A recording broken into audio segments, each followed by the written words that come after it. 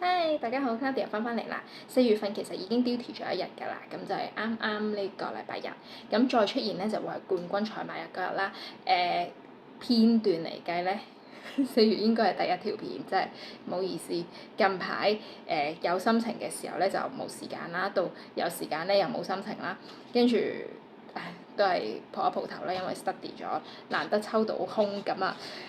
講講啦，如果唔講又唔知幾時同大家見面啦。尤其係 YouTube 嘅朋友又問我：哇，你去咗邊啊？你做乜有潛水嘅？好啦，咁呢一日跑 A 欄咧，我就揀咗3隻重磅馬，分別係3、4、5，第3場、第4場、第5場嘅1號、1號同埋1號，咁就包括呢個凡凡有餘啦、安可同埋一起美麗嘅。咦，潘頓都揀得多啲，係啊 total 9場馬入邊都揀咗唔少潘頓做膽。咁今日頭先係咪睇騎師王有3點幾倍？我都覺得，咦，今日嘅潘頓可能值得撐一撐啊！咁啊，首先講咗呢個第3場嘅重磅馬先，估計係中等步速啦。呢隻凡凡有餘其實就會係擺喺中間或者偏前少少嘅位，因為佢個檔位形勢導致到，即係佢唔好似之前咁被動啦。咁其實你睇都睇到嘅，較早前嘅3班都差唔晒，咁落到嚟4班係真係好好用嘅。咁而有成績又有狀態嚟計咧，嗱呢一場咧就先唔講到底邊個係一哥啦，我咧係幾睇好 OK 哥嘅。咁你話以凡凡有餘自身嗰個同程時間咧，亦都係好睇嘅。咁所以呢一場咧，我就會幾中意呢隻重磅馬啦。咁跟住第4場咧，哇，安可簡直就係4班1800嘅中堅分子啦。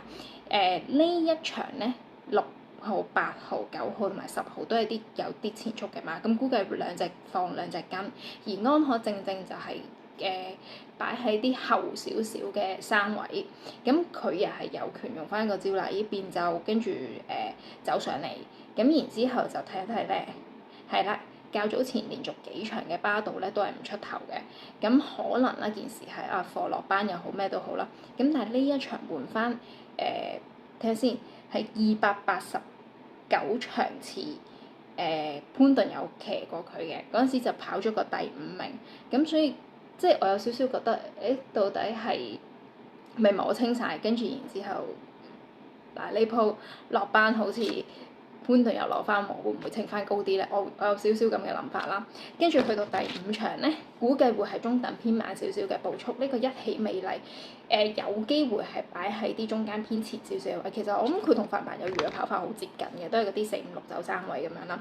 咁跟住就之前搏啲2、3名咁樣，其實都冇話特別跌鑊嘅，有少少覺得係2、3班升降機，咁總之你落到嚟3班，其實就係有你自己足夠嘅威力喺度啦。咁另外潘頓亦都係一個夾慣夾熟嘅騎師，咁所以人馬配合，仲有4、5場原來係會唔會騎練起孖咧？哇，咁啊正啦，係啦，咁但係呢一場要面對嘅就係其實一起美麗有2個好主要嘅對手，包括係我估應該係4號做好自己會係大熱門嚟嘅，咁哇好穩定嘅表現，呢個就係3班好馬啦。跟住頭先講隻一起美麗就係落班嗰個威力啦，and then 咧仲有隻後起之秀，咁佢就係狀態大勇。由4班搏到上嚟，哇！